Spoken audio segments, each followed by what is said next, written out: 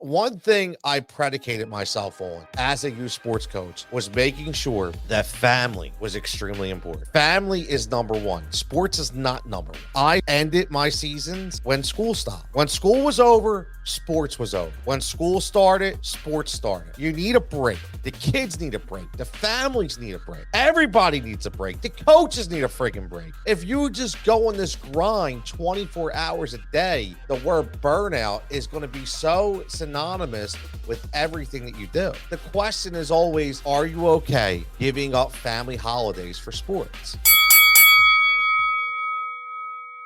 Remember, we're fighting for the right reasons. And like I said, and the right reasons are let kids be kids. I met a really good friend of mine a few weeks ago, and he gave me some fantastic insight, some great mentorship, but also, I coached his son. And one thing I predicated myself on as a youth sports coach was making sure that family was extremely important. Family is number one. Sports is not number one. Family is number one. And one of the things I decided when I wanted to start this journey, 20 years ago as a travel coach was summertime is for the families. What I would do is I always had a rule. Some people liked it, some people didn't. Okay. And I forgot about it, to be honest with you, because it's been such a long time. And because once you get to this 17, 18U level, it's really hard to find tournaments, especially in soccer, which is what I'm coaching right now. One of the most important things that I found was I was reminded, and Mike said to me, one of the most important things I loved that you did, Tony, was you were very forthright with saying family is a priority and you weren't going to take the family time away. So that was one of the most important things that I remember was saying that, listen, I want you to go enjoy your summer. I wanted you to go enjoy yourself to where you could go away with your family, go on vacation. The hell with going to tournaments from June, July, and August. Go enjoy yourself, right? So I always made sure between a 6 to 8 weeks period that it was family time. And I think that's very important. And I think that gets missed today. Everybody's so excited about getting their kid to that next step. Everybody's so excited about thinking, oh, my kid's got to make that team. He's got to train all summer to make that varsity team. Let me tell you something, man. What's he or she going to remember more? The moments that they went with their family or going up and down, doing man U's on a soccer hill, right? Think about that. And that was my most important thing. You know how many kids that I've talked to over time that I've coached that have told me they're burnt out, they're tired. And one of the most important things is they're like, I just want to be a kid. Summertime, I want to be a kid. I want to go to the beach. I want to go to the shore. I want to go to the mountains. I want to go to Great Adventure and Dorney Park. And I don't want to go to a tournament every weekend. I don't want to go to friggin' Georgia and Ohio and North Carolina. Yeah, listen, once in a while, if it's planned, I get it. But every friggin' weekend in the summer, it's just, listen, number one, it's very expensive. Okay. And again, I started this Fighting for Overtime podcast for the youth sports, not only to battle back, to tell my stories, but also for the simple fact to wake people the frig up and understand what is important right now. Life is too short, man. Life is too short. Gotta put time aside. You have to put time aside. It's so important. It's so important. And I am so happy that I was able to do it. Now, I'm not going to tell you that I never went on a tournament, right? I was helping coach when I wasn't a head coach, but I was an assistant coach for one of my daughter's softball teams. And we would go to Ocean City, Maryland, for nationals, which was fine. It was one weekend. Actually, it wasn't even a weekend. It was normally like during a week, right? When you go to nationals, it's like during a week, right? It's not even a weekend. So you could turn that into a vacation. But when you're going every single weekend, number one, it's travel time, it's food expense, it's lodging, It's everything. The mental aspects, the mental anguish that you have to feel, the stress on families, knowing how much money they have to dish out. The stress on the kids, knowing that their entire summer they work their ass off in school, right? Because listen, if you're like me, I hammer my kids, man. I want honor rolls. I want good grades. Now, again, understand something. Understand something before everybody gets all wild away and says Coach Tony's out of his mind. Just understand something. I understand there's limitations on everybody and everybody is unique, right? So I've made a rule in my house. Okay. My kids knew, right? My kids knew what my expectations are when it came to education. My kids knew what the expectation was in this household. If I didn't feel that they can meet those expectations, that's fine. I would, number one, make sure they get the help that they needed. And number two, I would help them myself work through whatever learning disability they may have had. But I knew they didn't have it, right?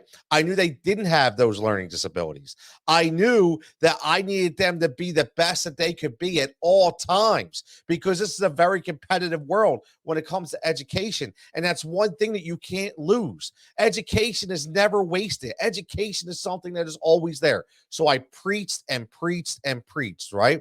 So I forced them to make sure that they bought into that education system. Not just my kids that live with me as my bloodline, right? Shout out WWE.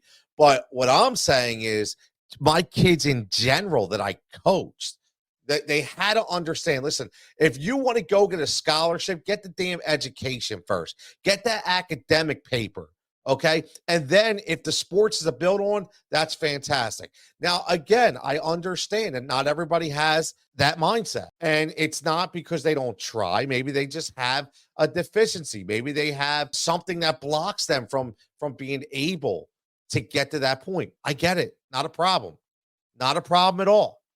All I'm saying is it should be talked about and make sure that you don't discount it at all. Think about every weekend that you go through during a school time. So everybody's different. So I can only talk about my personal experiences. Now, my kids have been working since they've been 14 years old. I made sure my kids knew that they needed to work, not because I needed them to help pay the bills. And I'll explain that comment later at another episode when we talk about the good old ex-principal from William Penn High School and some of the issues that I had over there with him and the drunk softball coach. And that's going to be fun.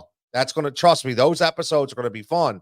But my kids were working at 14 to understand responsibility, to understand that they had to know how to juggle. They had to know what was extremely important. Was it going out to the movies with my boys every night, or was it studying and getting good grades? Was it learning how to juggle sports and work and education? So my kids, they don't work on Sunday, work at Chick-fil-A. So when they don't work on Sundays, they understood at that point that that's my one day. So think about this, right? Think about this. So your kids, if you're like me and you're a mother, right? Like honestly, and I say mother slang, right? Because I'm not going to say the word, but I am a mother. Trust me. When my daughter would tell her friends, and she say, man, it is tough being Tony's kid. It is tough being Tony's kid. My expectations are an all-time high, and I'm not ashamed to say it, okay? So when my kids were busting their ass all week long, school, work, sports, games on Saturdays, and then they finally have off. They finally have off on a Sunday. And you mean to tell me that I'm going to tell them, nope, no me time.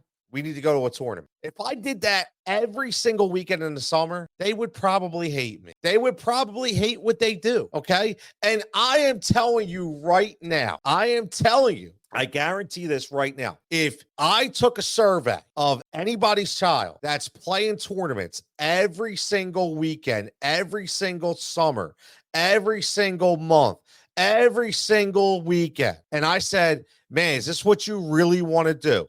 Do you ever want to break? 99% are going to tell me, oh man, I would love a break. But there still is that 1% that doesn't want to break. And they're the grinders that are on a different level. They're made to do it. Is that a coincidence that only 1% get full rides to Division I schools? So for me, it's always the question is always, are you okay giving up family holidays for sports? Holidays can be on so many different levels because everybody celebrates different holidays. Everybody has different ethnicities. Everybody has different cultural backgrounds, which I understand. So this is not for any specific holiday. This is basically just saying, like, whether it's Memorial Day, whether it's Labor Day, President's Day, Martin Luther King, President's Day weekend. That's a big one. Are you okay giving up those holidays in order to play sports? Now, listen, some people may say, yeah, but I'm telling you, I really think that this number is higher to people saying, man, I just want to relax because you get so burnt out. And just think about it. If you're burnt out, what do you think your kid's doing? Your kid's probably burnt out too. Are you willing to give up these family holidays for sports? Are you okay going to tournament after tournament after tournament after tournament? What is your mindset when it comes to giving up holidays, giving up your summer? Some people are okay with it. I know some people that say, you know what? I'm going to do tournaments all summer long. Then we're going to do family vacations in January and February and March. That's fine. Just understand something. This isn't like Philly radio where everything you bring up is wrong. This is back and forth. I can see the positives. I can see the negatives. I can see both sides. So if you're a parent who's willing to give up your entire summer and holidays for sports, that's fine. If you're going to make sure you get that family time later on. The problem is, I don't think people are actually getting the family time.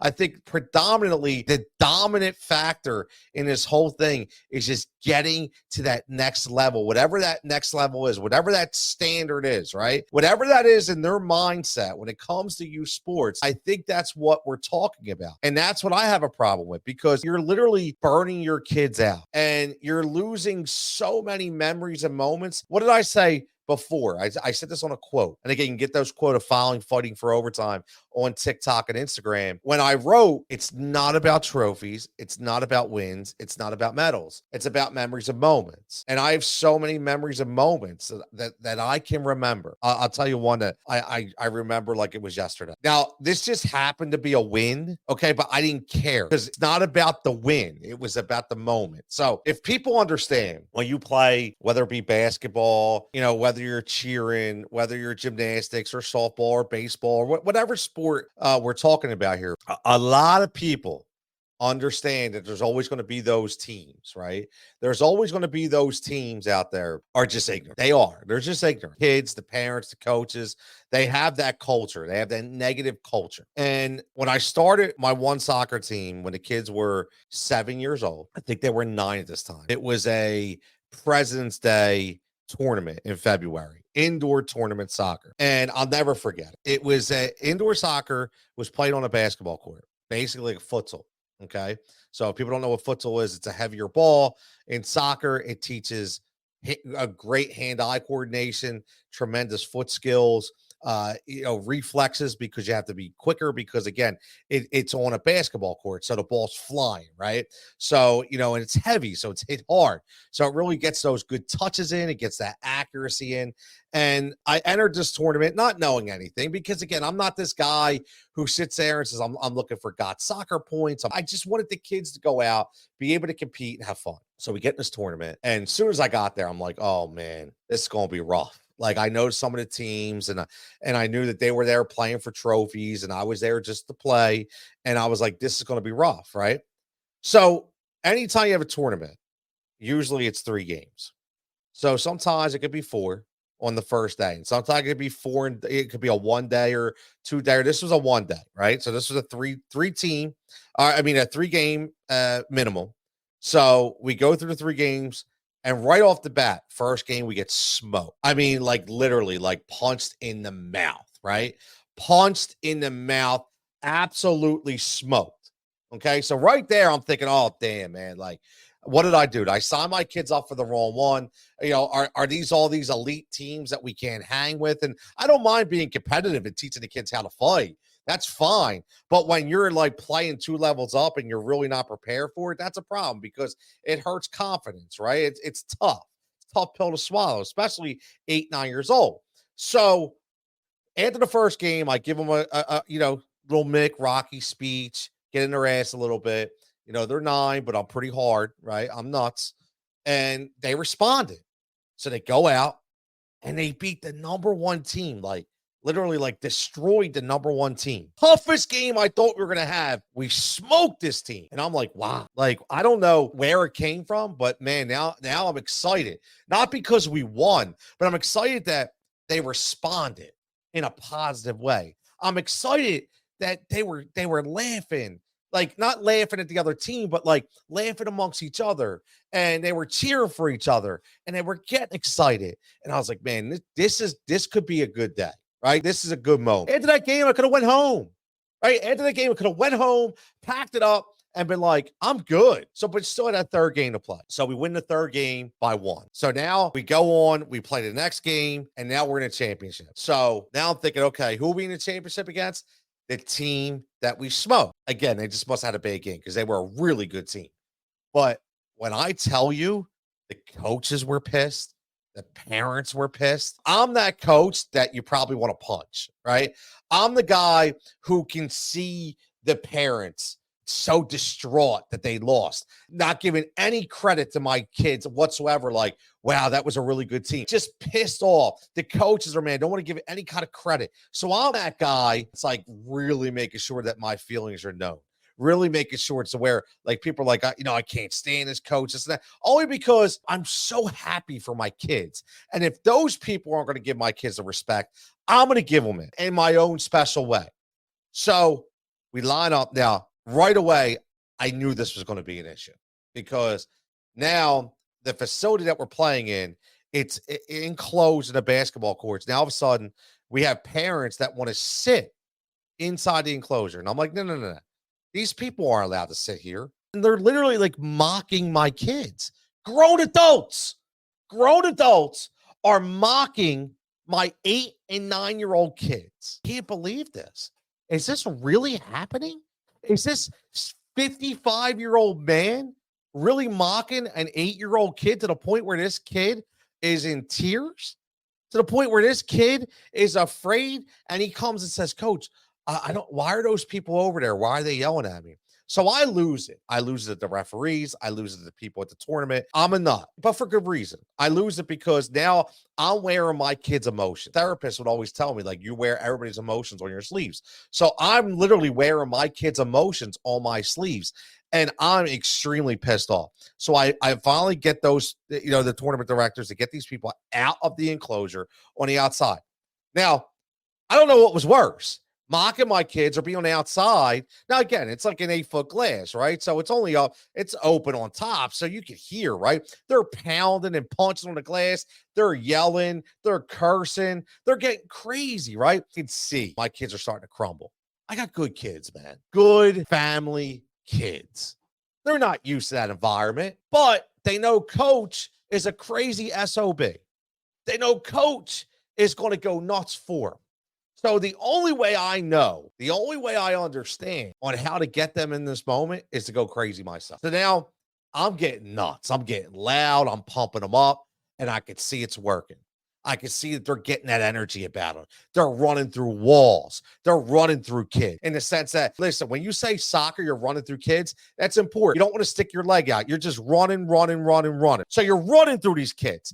And now, as I got these kids in energy and they're flowing, man, I'm so excited. I'll watch them. First goal, second goal, third goal. Now it's 3-0. These parents were absolutely nuts that they could not believe this was happening again. Well, there goes the halftime. So I see the coach. Coach's over there. He's reaming these kids, man. He's screaming at them. 8 years old. Again, 8 to 9 years old. These kids are crying. These kids are upset. Parents are literally sitting there shaking their kids. Like, what's wrong? Like, what is going on? They come out, and right away, what do? They come out and they score. They come out. They score again. So now it's 3-3. Now it's getting chippy. Couple minutes left. It's getting chippy. Now we're getting into the point where we know overtime's coming. We get into overtime. It's tied. So now it comes to penalty kicks. And I will tell you what, this was one of my favorite moments, man. One of my favorite moments. My man, Alex. So, and again, it's funny. I talk about Alex's mom hates my guts, but I love the kid, right? Still love seeing the kid.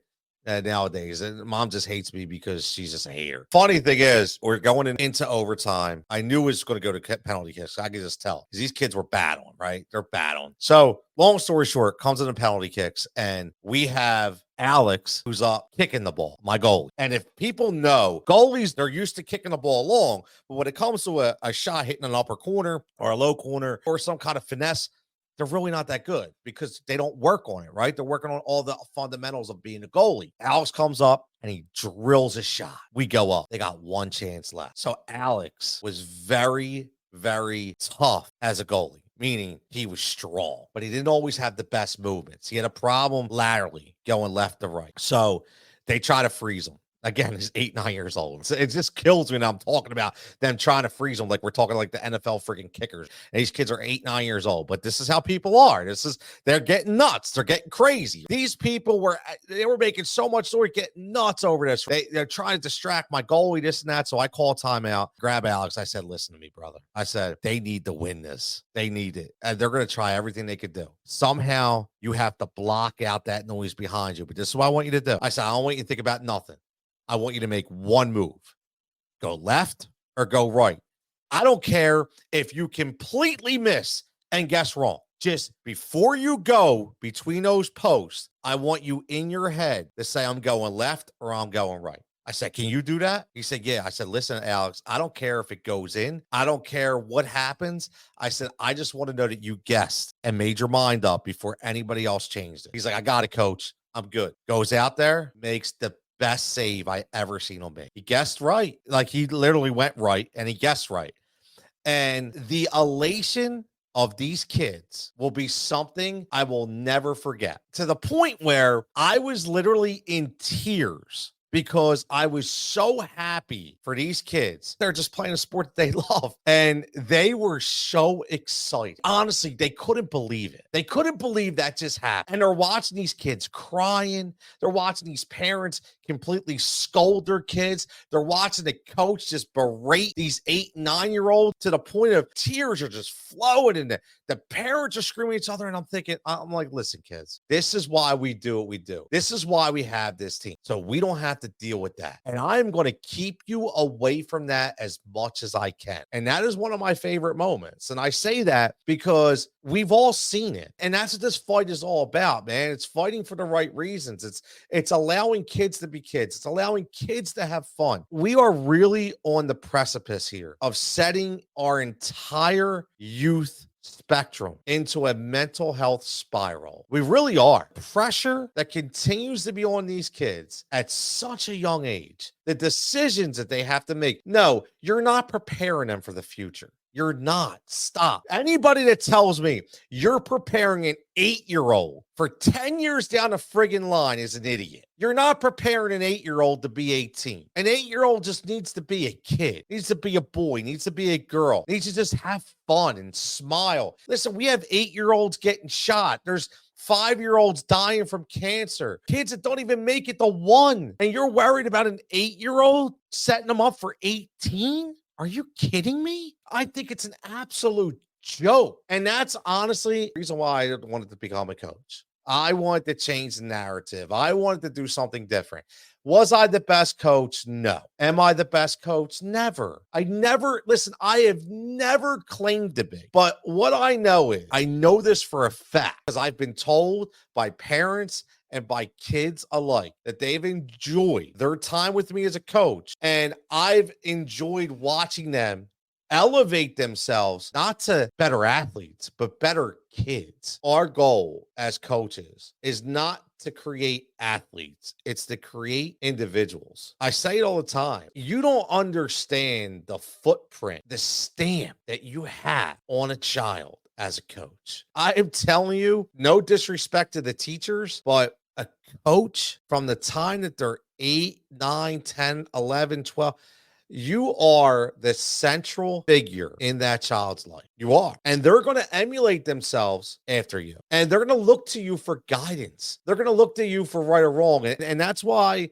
I get so disgusted on coaches that treat their kids improperly. I get so disgusted on these scumbags that want to prey on these kids. I get so disgusted over this because our role as a coach is to create individuals. They're already fighting. They're fighting everything. We are not going to change the craziness of youth sports. But what we're going to be able to do is, number one, help people who are dealing with the mental health aspect of it, that are dealing with it right now because they think they're alone. And I'm going to tell you right now, you're not alone. You listen to the first 4 episodes of this podcast that are a personal reflection of stories that I have dealt with. You are going to understand yourself, that you're going to say, wow, I think I was in that same situation. You're going to think, God damn, I think I dealt with that too. Trust me. I'm telling you right now, you probably did. You probably did. Maybe you didn't even know it. Maybe you didn't know how to deal with the situation. But we want to do is we want to help the next up and coming, right? The next generation, the parent right now who has the 4 or 5-year-old. I went to a doctor's appointment the other day, and I won't say the doctor, but